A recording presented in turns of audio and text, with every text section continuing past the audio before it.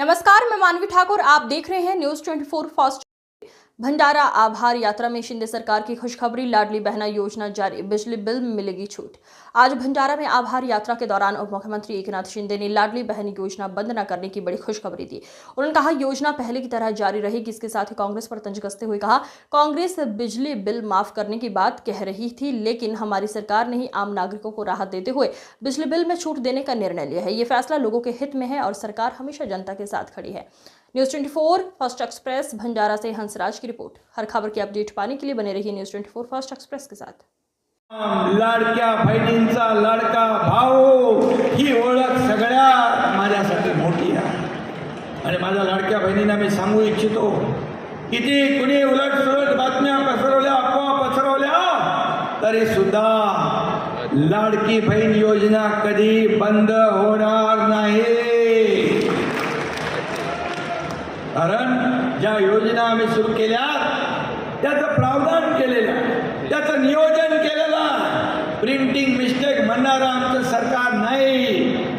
आता गेल्या काही वर्षापूर्वी निवडणुकीमध्ये काँग्रेस सरकारने सांगितलं वीज बिल आम्ही माफ करू। सरकार आलं सत्तेत आल्याबरोबर वीज बिल लोकांना धडाधड गेली। तसं आपलं सरकार नाही, महायुती सरकार नाही। आणि म्हणून आपल्या सरकारने आता सर्वसामान्य माणसाला विजेच्या बिलामध्ये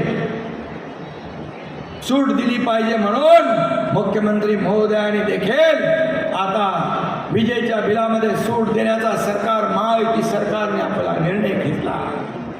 खरं म्हणजे सर्वसामान्यांचं सरकार, गोरगरिबांचं। आणि म्हणूनच या महाराष्ट्राच्या जनतेने आपण 80 जागा लढवल्या, 60 जागा जिंकल्या। हा ऐतिहासिक विजय। जनता जनार्दनाने देखील तुमच्या शिवसेनेवर शिक्कामोर्तब केलं, धनुष्यबाणावर शिक्कामोर्तब केलं।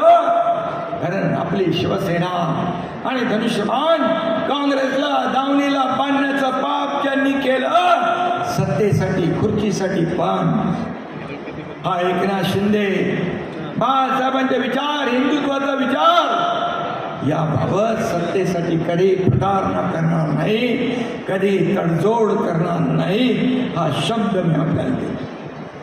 हर खबर का अपडेट पाने के लिए बने रहिए न्यूज 24 फास्ट एक्सप्रेस के साथ।